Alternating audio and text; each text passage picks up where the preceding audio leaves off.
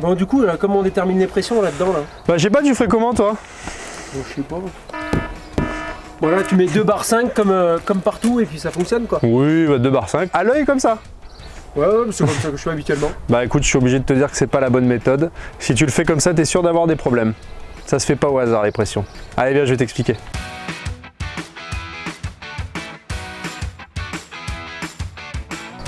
Bon Bastien, la boisson va bientôt démarrer là. Qu'est-ce que tu peux nous conseiller toi pour bien préparer le matériel avec les pneumatiques? Bah écoute, là le conseil qu'on peut donner sur la partie engin de récolte, ça va être de vérifier ses pressions. Et pourquoi c'est si important que ça de mettre la bonne pression dans le pneumatique? Sur des gros gabarits, c'est pas le cas là, même si on est déjà sur un beau gabarit, tu peux avoir jusqu'à 15 tonnes par pneu, donc 30 tonnes sur l'essieu avant. Donc si tu te trompes des fois de 200-300 grammes, 400 grammes de pression, bah, il faut te dire que c'est des tonnes de capacité de charge en moins, et ce qui va se passer, c'est que ton pneu il va fatiguer et il va être altéré à terme. Et ça va être quoi l'incidence du coup sur le pneumatique si je mets pas la bonne pression? Tu me parles qu'il va être abîmé, mais qu'est-ce qui va se passer concrètement? Concrètement, s'il est en surcharge et ou sous gonflage, ce qui va se passer, c'est comme tu peux le voir là, ton pneu, au niveau des barrettes, il y a des gros pains de gomme. Si l'air n'est pas suffisamment important à l'intérieur de ton pneumatique, cette partie, elle va venir poinçonner la carcasse. Et la carcasse de ton pneumatique, elle va finir par céder et tu vas avoir en fait ce qu'on appelle des cassures radiales que tu vas pouvoir voir ici à l'extérieur ou des fois que tu verras pas puisqu'elles seront à l'intérieur. Mais quand tu commences à avoir ça, c'est un signe de surcharge et ou de sous-gonflage et c'est le début de la fin de vie pour ton pneumatique, quoi. Au-delà de l'incidence là qu'on peut avoir du coup sur le pneumatique, est-ce qu'il y a d'autres répercussions liées à la pression qu'on va retrouver dedans? Ouais, effectivement, tu as d'autres incidences. En fait, si tu as une surpression, par exemple, trop importante à l'inverse, ben, tu vas tasser tes sols. Et on sait que la récolte, c'est un des travaux sur lesquels en fait, on tasse le plus les sols parce que c'est là où on a les charges les plus importantes à l'essieu. Donc, optimiser tes pressions, c'est aussi le moyen de préserver tes sols. Bon, du coup, je comprends que la pression dans le pneumatique, c'est hyper important, mais du coup, comment je fais pour savoir quelle pression je dois mettre dans le pneumatique? C'est une très bonne question et je t'avoue que sur les engins de récolte, c'est pas le plus évident. Je vais te montrer, ce qu'il faut c'est récupérer un certain nombre d'informations et on va faire un petit calcul qui va nous permettre de déterminer les pressions. Allez, suis-moi. La première chose que tu peux faire déjà, c'est de récupérer le poids vide. Mais attention, là on est bien dans une configuration où on va faire une estimation de la charge. Idéalement, il faudrait faire une pesée. Mais pour plein de raisons, des fois on n'a pas un pont bascule à proximité. Il est difficile de peser la machine très mi-pleine avec la barre de coupe sur un pont bascule pour des contraintes d'encombrement tout simplement. Et là, ce qu'on te propose, c'est finalement de faire un calcul simple pour essayer de se rapprocher très près de la vérité et au moins s'assurer qu'on ait les pressions qui soient adaptées. Donc la première chose qu'on peut faire, c'est déterminer le poids du véhicule. Et en fait, tu as des plaques comme ça, sur lesquelles parfois, c'est indiqué où tu vas avoir le PTAC, le poids maximum par essieu, etc. Et tu peux te retrouver le poids à vide. Ici, dans le cas présent, on ne trouve pas cette information. Par contre, tu peux le retrouver sur la fiche technique dans le bouquin constructeur ou tu peux également la trouver sur internet, sur le site de John Deere. Donc là, ce que je te propose, c'est de regarder sur le téléphone. Donc là, tu vois l'information que j'ai trouvée, c'est que sur cette configuration de machine là, une S770i, sur ce modèle, on est à 18 tonnes 9. Quand tu parles de poids à vide, oui, c'est juste le poids de la machine. Exactement, c'est ça, 100 barres de coupe. D'accord. Et sans récolte dans la trémie. Exactement. Donc ça, c'est le poids à vide de la machine. Donc maintenant qu'on a l'information des 18 tonnes 9 de poids à vide, à ton avis, qu'est-ce qu'il nous faut comme information? Qu'est-ce qui vient ajouter du poids sur nos pneumatiques? Du coup, peut-être le poids du cueilleur ou de la coupe qu'on va mettre devant? Ouais, effectivement, on peut commencer par ça. Et la deuxième chose qu'on vérifiera après, c'est effectivement le poids de la trémie qui va venir se répercuter sur les pneus avant comme arrière. Donc là, on te suit, on part sur la barre de coupe ou sur le cueilleur. Écoute, ce que je te propose, c'est qu'on fasse l'exercice avec un cueilleur, puisque comme tu peux le voir, il est juste ici et on va pouvoir aller vérifier normalement son poids, de regarder si on a l'information sur sa plaque. Allez, très bien, suis-moi. Là, on se note 3 tonnes 550 de cueilleur. Par contre, attention, comme le cueilleur va être devant la machine, le problème, c'est que ça va créer du report. Souvent, je prends l'exemple, si je te donne 10 kg comme ça, tout va bien se passer. Et si je te les mets comme ça, ça va être un peu plus compliqué. C'est le principe du porte-à-faux, du déport. Donc là, il va falloir qu'on mesure l'incidence en kilos sur l'essieu de ce déport entre finalement le centre de gravité de mon cueilleur et le milieu de moyeu de mon essieu avant. Donc là, on va aller le vérifier ensemble avec un calcul qui reste simple. Donc si je récapitule à l'étape où on a le poids vide de la machine, le poids du cueilleur. on a fait la moitié du boulot. Donc comment on calcule le déport? Mon cueilleur, il va venir se fixer ici. Bon, là du coup, il s'agit d'estimer le centre de gravité de l'outil que je vais avoir à l'avant. Donc c'est de l'estimation, encore une fois on est dans le calcul, l'idéal serait de faire une pesée, à défaut de pouvoir la faire, on va estimer. À ton avis, ce centre de gravité, où est-ce que tu le situerais? Je sais pas, à peu près par là, au niveau du rotor. Ouais, sachant qu'il va arriver jusque là, ton cueilleur au bout, le situer à peu près par ici, je pense qu'on est plutôt pas mal. Encore une fois, c'est de l'estimation, mais on va partir là-dessus. Donc ce que je te propose, c'est de prendre en référence, là on est à peu près à 1 mètre finalement de mon point de fixation. Donc on va mesurer la distance entre mon milieu de moyeu avant et ce point ici de centre de gravité. Donc là, je me mets ici. T'es au milieu du moyeu? Vas-y, tends. Ouais. T'es à combien? On est à 3,5 m. 3,50 m ou 3,5 m? 3,05 m. Et là, on se mesure l'empattement. Bon, l'empattement, il ne change pas, on pourrait le trouver dans la documentation technique du constructeur. Hein. Mais on va se le mesurer en live. Vu qu'on a le mètre, ça sera plus rapide. Alors, t'as combien? Bon là, je suis bien au milieu du moyeu, toi aussi? Ouais, bien au moyeu. T'es à combien? Bien au milieu, ouais. 3,55 m. 3,55 m, super. Alors maintenant qu'on a ça, comment on fait?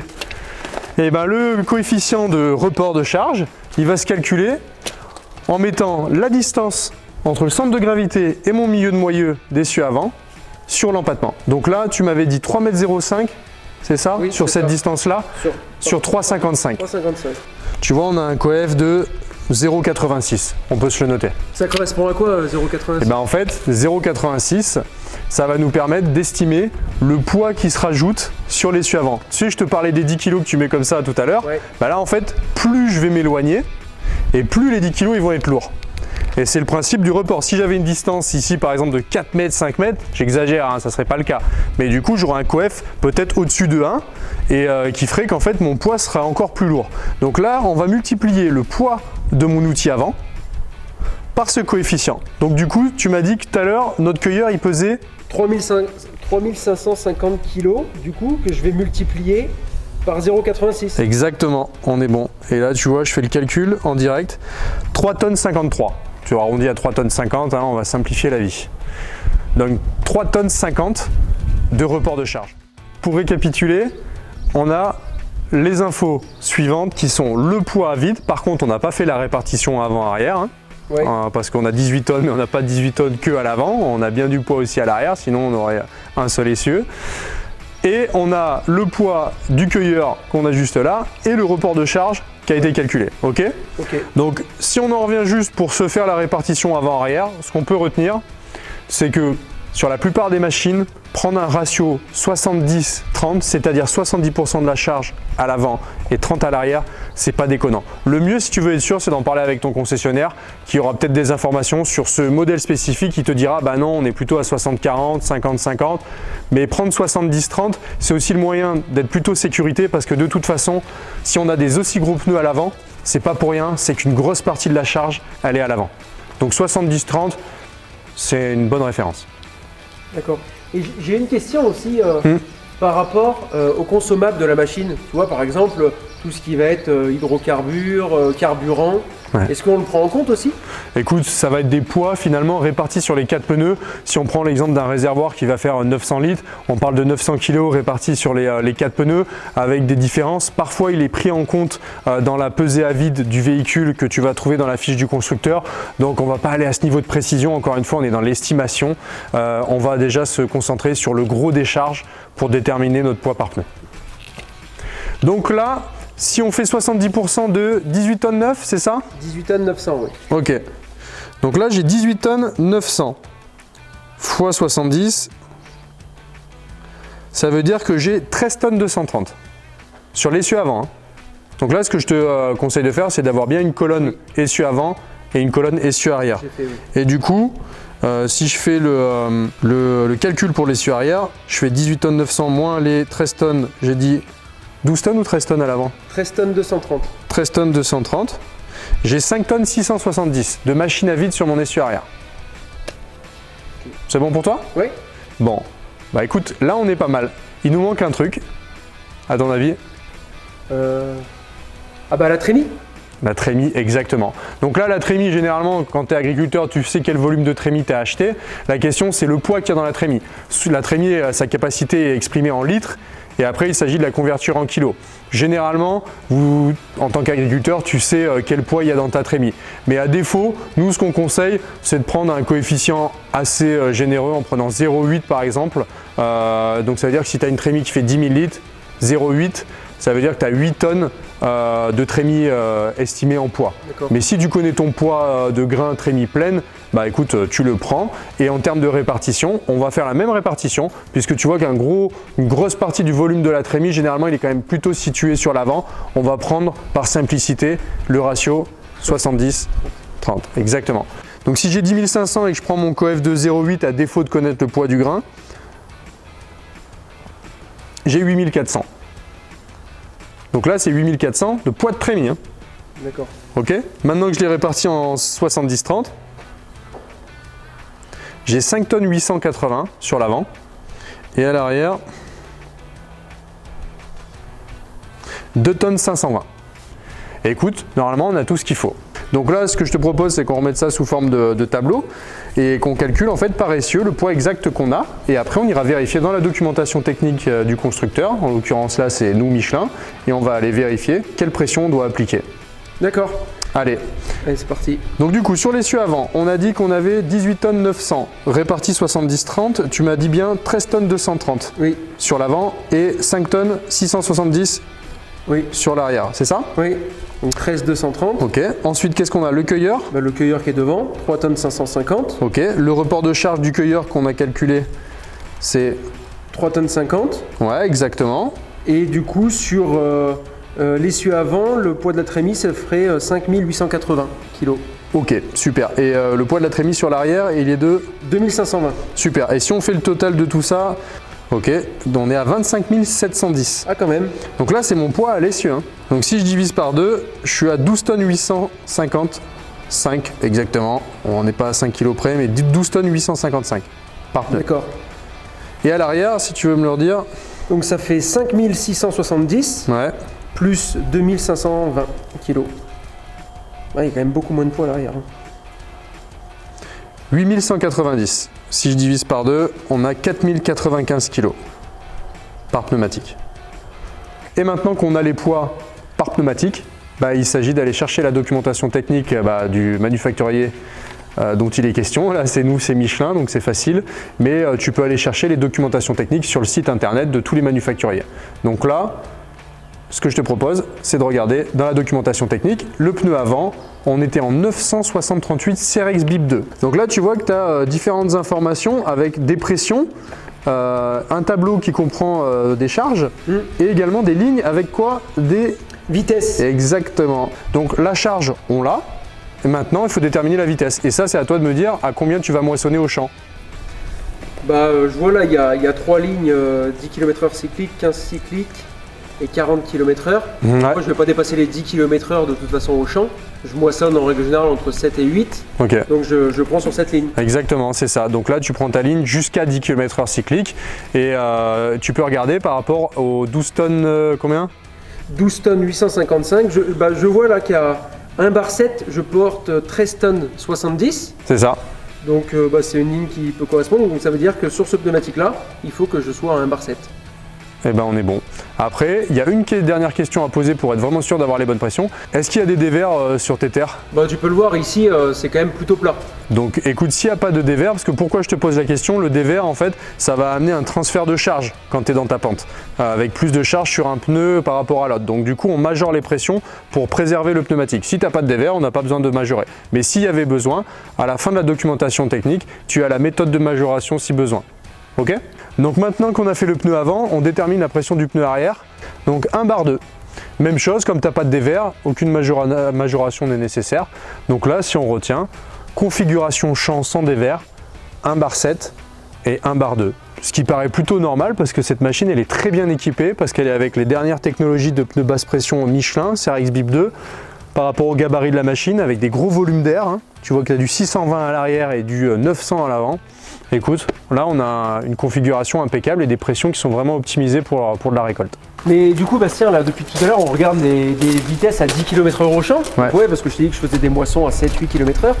Mais quand je vais sur la route, par contre, je tourne à 25 km/h. Ouais, en règle exactement. générale. Ouais. Donc du coup, T'as le droit de me dire si tu roules à 27-28, je sais qu'on y arrive des fois. Non, ici on respecte les lois. Bon. Mais on est autour de 25 km/h, allez, un peu plus des fois en descente. Ouais, écoute, c'est une excellente question, clairement, puisque que ce soit les tracteurs ou les engins de récolte, il faut toujours choisir la situation qui est la plus pénalisante pour le pneu. Parce que si tu fais pas ça, tu te retrouveras finalement à avoir à exercer des contraintes sur ton pneumatique avec des pressions qui seront trop faibles et dans le temps, tu vas lui faire mal à ton pneu. Donc là, on est dans une configuration où on a un cueilleur. Le cueilleur, c'est le cas spécifique, on n'a pas choisi la facilité. Si tu prends une barre de coupe, globalement, barre de coupe, c'est toujours la situation champ qui sera la plus pénalisante parce qu'une barre de coupe, pour la plupart des cas, 90% des cas, on a des barres de coupe qui sont sur chariot à l'arrière quand on est en situation route, on est d'accord. Donc finalement, tu as peu de poids sur la route. Donc là, à part des barres de coupe qui seraient repliables, pour les barres de coupe classiques qui se mettent sur chariot, on fait l'exercice qu'on a fait, on prend la situation champ comme référence.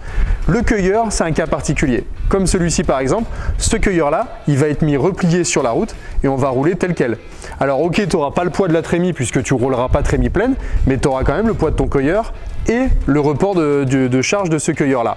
Donc ça risque de rajouter une contrainte supplémentaire de rouler à 25-27 km/h, voire plus. Et il va falloir déterminer effectivement les pressions pour des vitesses comme ça. Donc du coup, par rapport à ce que tu dis, il suffit que je retire la trémie et on refait le calcul en prenant la ligne à 40 km/h. Exactement. Ce que je te propose, c'est qu'on reprenne ton tableau, on enlève la trémie et on regarde le poids qu'on a et après tu regardes à la ligne de vitesse jusqu'à 40 km/h. Il n'y a pas de ligne 25, 30, 40 pour cette gamme-là, mais c'est jusqu'à 40. Donc ça veut dire que si on roule à 25, on prend la ligne 40 en référence puisque c'est jusqu'à 40 km/h. Donc là, si on fait l'exercice, tu peux regarder. Donc si tu enlèves la trémie de l'avant et de l'arrière, si on prend l'avant en premier, en reprenant le calcul de tout à l'heure, j'arrive à 19 tonnes 830 sur l'essieu. D'accord, en enlevant la trémie parce que tout à l'heure on était à 25 tonnes, c'est ça à peu près? On était à 25 710. Ok. Et, la trémie, on était à 5 tonnes 880. Très bien. J'ai retiré ça, ce qui donne 9 tonnes 9 sur, par pneu sur l'essieu avant. Ok, et du coup en pression alors, si tu regardes ta doc avec la ligne 40 km/h? Là ça change un peu quand même la donne parce qu'on tourne, il faut qu'on soit à 2 bar 100. Ah ok, 2 bar 100. Donc le facteur vitesse vient amener un conseil pression qui est majoré. Ouais. Donc si tu as les champs tout autour de chez toi, j'ai envie de te dire, tu prends en référence la situation champ, mais à partir du moment où tu as un déplacement routier où tu vas rouler à 25, si tu veux préserver tes pneus et éviter les cassures comme j'en parlais en début de notre vidéo, il faut bien prendre en compte cette situation la plus pénalisante. Donc si tu roules avec le cueilleur sur route, c'est pas 1 bar 7 comme on l'a décidé tout à l'heure pour le champ, c'est bien 2 bar 100 puisque c'est la situation la plus pénalisante. Ok, même chose pour l'arrière, on pourrait faire le même exercice, mais on regarde quelle est la situation la plus pénalisante entre le champ et la route et on retient celle qui a la pression la plus élevée. Là, dans ce cas-là, il n'y a pas de changement, on reste à la même pression qui est 1 bar 2. Ok, donc si on récapitule, si on était dans une configuration avec les mêmes poids mais une barre de coupe, on serait à 1 bar 7. Si on a un cueilleur et qu'on fait que du champ, avec du champ autour de chez nous sans déplacement routier, on est bien à 1 bar 7 à l'avant, c'est ça. Et par contre, si on a des déplacements routiers, c'est plutôt 2 bar 100 qu'on met à l'avant. Mais il n'y a pas une façon plus simple du coup d'avoir toutes ces informations? Écoute, avoir les pressions telles quelles, c'est un peu compliqué parce que pour un même modèle de machine, tu peux avoir des 900, des 800, des 600, tu as même certains modèles de machines où on va te proposer des chenilles. Donc en fait, il n'y a pas forcément toutes les informations qui sont données par le constructeur. Certains arrivent à le faire et d'ailleurs, j'invite les agriculteurs à vérifier, mais sous le capot ici ou parfois dans la documentation technique, tu vas avoir un tableau avec quelle est ta configuration de pneus et quels sont les outils que tu as à l'avant. Et en fonction, tu auras une pression qui te sera donnée pour l'avant et pour l'arrière. Donc là, ça te facilite la vie. Attention, parce que parfois, les majorations de pression dans des usages particuliers comme le dévers ne sont pas mentionnées sur ces tableaux-là. C'est une petite spécificité. Mais c'est sûr que ça dégrossit une grosse part du boulot.